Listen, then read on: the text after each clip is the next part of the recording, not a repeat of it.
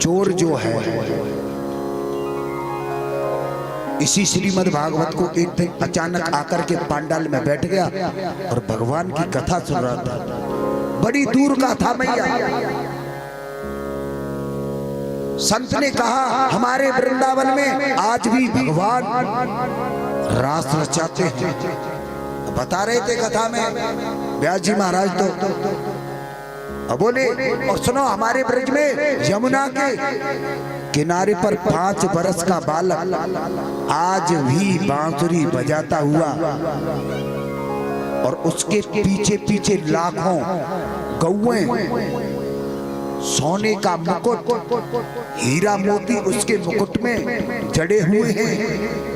आज भी सुबह के 4 बजे आता है यमुना के किनारे पर। चोर ने सोचा यमुना के किनारे पर सोने का मुकुट पहन करके 5 वर्ष कोई तो है,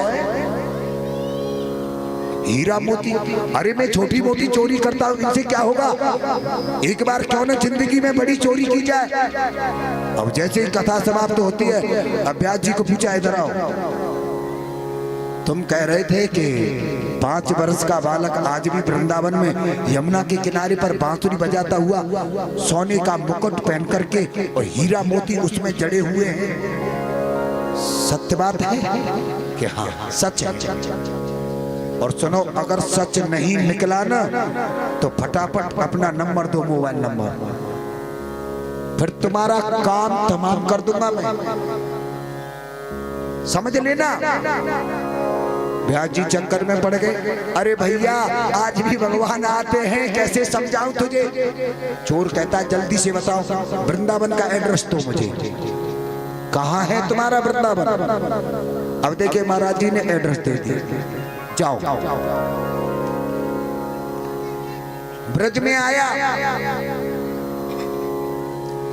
अब जैसे ही वो बॉम्बे एयरपोर्ट पर उतरता है तो बॉम्बे में पूछता है कि ये बताओ भैया मुझको ब्रज में जाना है। कि सुने एक बाबा जी ने बताई, संत ने बताया कि सुनो भैया जाते गारी देवे को नंबर आ जाए, गाली जहां से शुरू हो जाए समझ लेना ब्रज आ गया। हमारे ब्रज में छोटे छोटे बच्चे 10 मिनट में कम से कम 90 गाली दे देते हैं। अब वो बेचारा आया और जैसे मानो कि वो नीम गांव में आया हो, वृंदावन नहीं पहुंचा हो, नीम गांव में आ गया हो और उसे मिल जाए हमारे सैलानी भैया जी,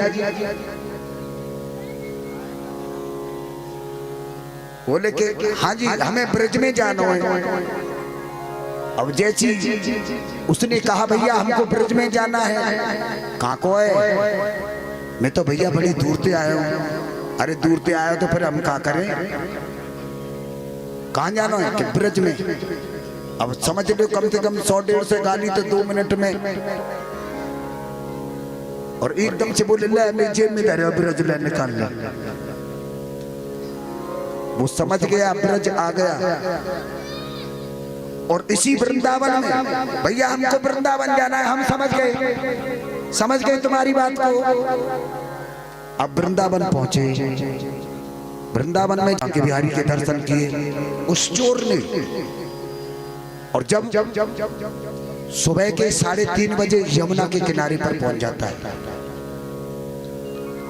बड़ी दूर से आया, कई दिन में आके लगा वृंदावन। और जब उसने देखा 3:45 बज चुके हैं, अभी कोई बालक नहीं आया, ऐसा तो नहीं व्यास जी ने झूठ बोला हो हैं? उसको छोड़ूंगा नहीं, उसका नंबर मेरे पास है। अब भगवान की ऐसी कृपा हुई, भगवान बोले कि खैर रास तो हम करते ही हैं वृंदावन में रोजाना, आज भी होता है निधवन में मैया, निधवन में आज भी रचाते हैं रास।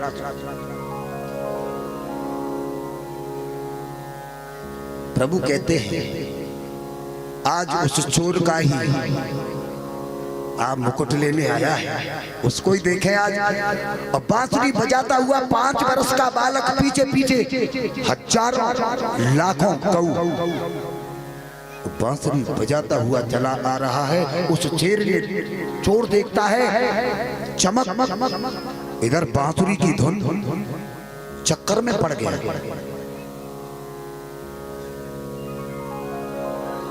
और जैसे ही उसके पास धीरे धीरे ठाकुर जी आते हैं और जब उनके पास आकर के खड़े हो जाते हैं उस चोर के पास, तो मैया कन्हैया को देखा, मुकुट को भी देखा सबसे पहले, और जैसे ही कन्हैया को देखा एकदम से भूल गया। ठाकुर जी कहते हैं कि सुन, बड़ी दूर से आया है तू, अब मेरे इस मुकुट को उतारने ले भैया। देख 3-4 दिन में लगा है वृंदावन, उतारने ले। ये हीरा है, मोती है, जवाहरात है, उसके नेत्रों में आंसू आ जाते हैं। हे प्रभु, हे ठाकुर जी, आज मेरा तीसरा नेत्र खुल गया, मुझे कुछ नहीं चाहिए, मैं समझ गया आप तो चोरों के सरदार, मैं तो केवल चोर हूं, आप तो चोरों के सरदार। हे प्रभु, मुझे आपके चरणों की भक्ति चाहिए। आज वो तुरंत ही संत बन गया, वृंदावन में रम गया राधा रानी की